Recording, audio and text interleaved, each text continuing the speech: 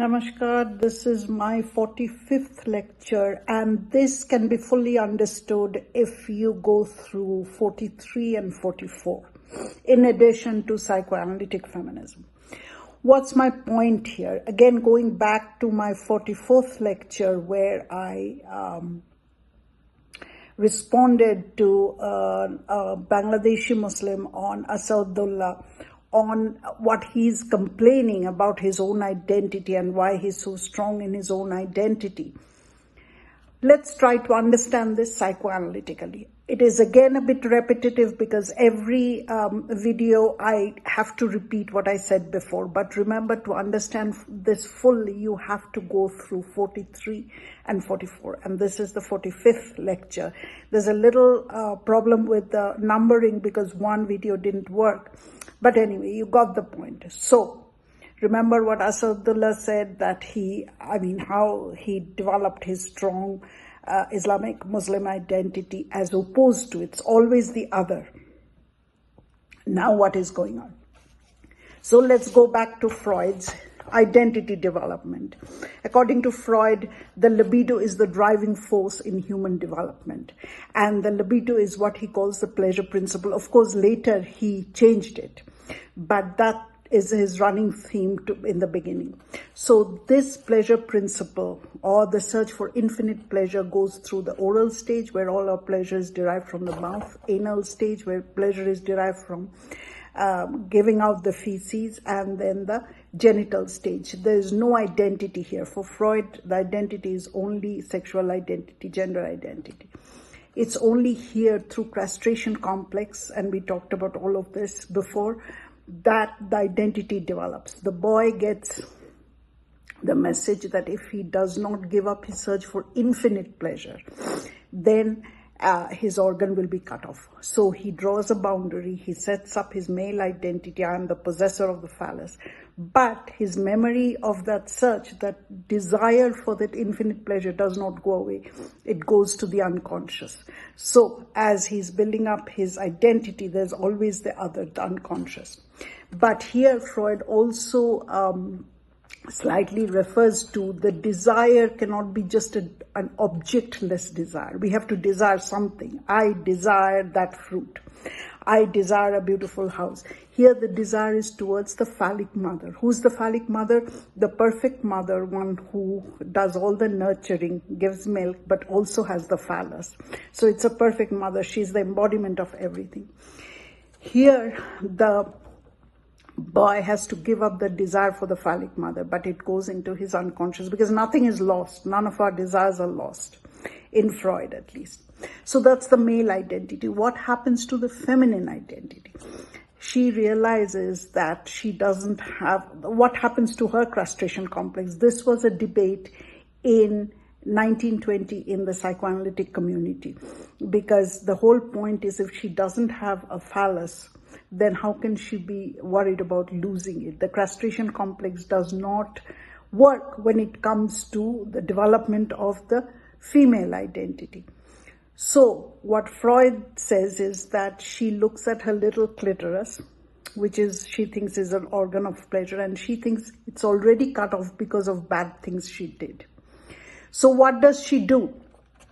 She goes to father to get the phallus. But there's something more here which is very important for us. According to some later psychoanalysts, she goes through a psychological castration complex. She realizes that the phallic mother is not the phallic mother. She doesn't have the phallus. She's also cursed, like I am, without the organ of pleasure. And she cannot give it to me because she doesn't have it. So what happens is she develops an apathy, a hatred towards mother and everyone whose body is like her. She's castrated, mother is castrated, and all women have lack the phallus, the organ of pleasure. She develops a hatred towards all those bodies and self-hatred. That is the foundation, psychoanalytically, of women's hatred towards other women and towards their own bodies. Then she runs to father to get the phallus. He doesn't give it. She runs back to mother. She flip-flops. Till, according to Freud, she settles for her biological destiny, which is substitute the original desire for phallus, which she's never going to get, to a desire from baby from father or father substitute. So the baby is the woman's phallus in Freud. And the original desire for phallus goes into the unconscious. Now, if she doesn't settle for her biological destiny for Freud, she has two other identities. Either she's frigid, since I cannot have as much pleasure as a male, I won't have any pleasure at all, or homosexual. Father has given me the phallus, so I have the phallus. But what for us is crucial to understand what Dr. Asadullah said, this hatred towards the other, his Hindu teacher, and he's recounting all of this, is this basis, the basic. Both his teacher and him, they belong to the same ethnicity, the same ancestry, but he was converted. And he agrees with that. If you watch the video number 44, you will see how he acknowledges that he's converted. Now, what happens here is, when the little girl discovers that she's already castrated, she undergoes a trauma that I'll never have as much pleasure as the man, and she blames mother, the psychological castration that later psychoanalysts talked about, that the mother doesn't have the phallus, how can she give it to me? She is not the phallic mother. And she undergoes this trauma, and she starts hating her own body and the body of the mother and everyone like her. So woman hating woman. See, this is the foundation of patriarchy of power. So Asadullah, in the last video, as I said, he acknowledges he and his Hindu teacher, he adopted a Muslim identity because his forefathers converted. He and the other, they are the same, but they develop a hatred, especially him, because he realizes he doesn't have that phallus, the power that Ashrafi Muslims have, for whom his conversion has happened.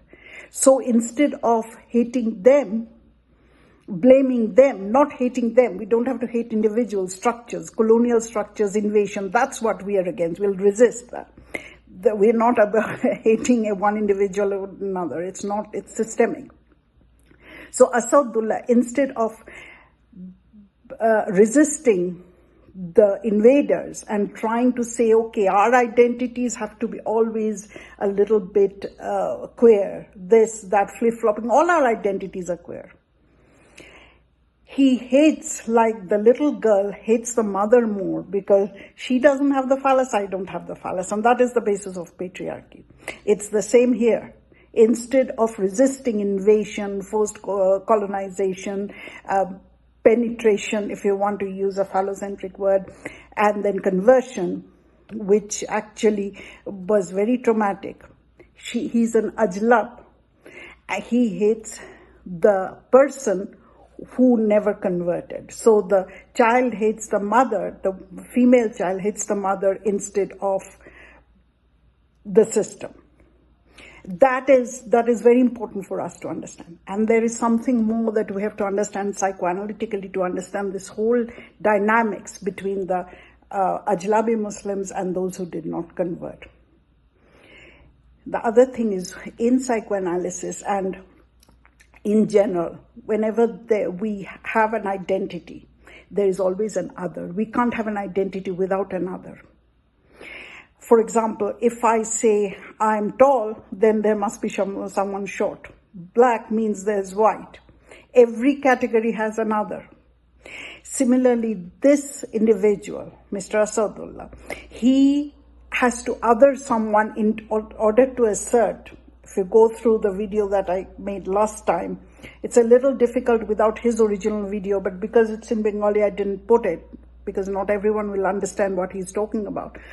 He has to assert his identity more in relation to the other, which is what? His teacher. So he's identifying with the Ashrafis, who will never incorporate him in their community, because he is someone who's the other. He's a Bengali Muslim, he's converted, and they know very well, he knows very well.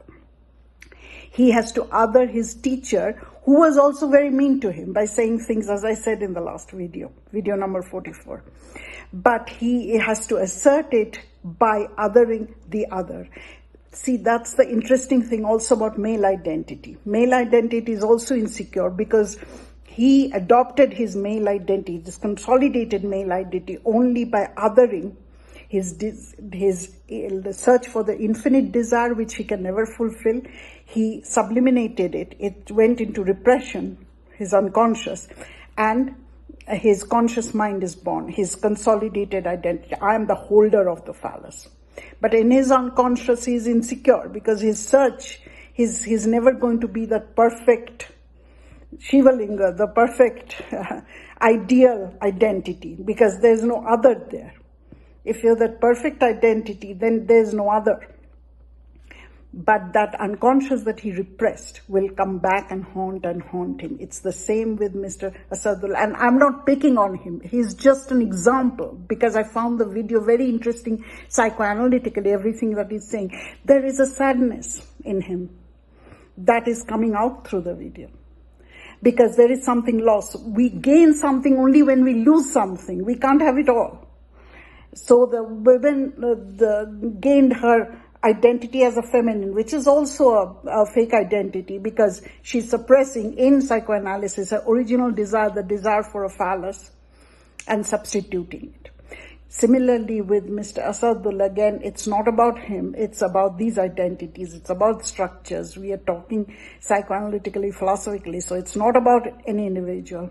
He has to repress that identity of that loss, the loss of his original culture, partially, not fully. And then his insecurity of not being able to assimilate with the colonizers, the Ashrafi. And that's why he has to other his teacher, who also was mean to him. So it's a huge dynamics that's being played. And we will in my next lecture, I'll go into masochism and why the feminine identity and why there is so much denial of this whole colonization, invasion, Islamic colonization into, and genocide into the subcontinent. For now, that is all. Namaskar. Please don't forget to subscribe, like, comment, and if you can, please donate to our organization. We do provide therapy. Thank you.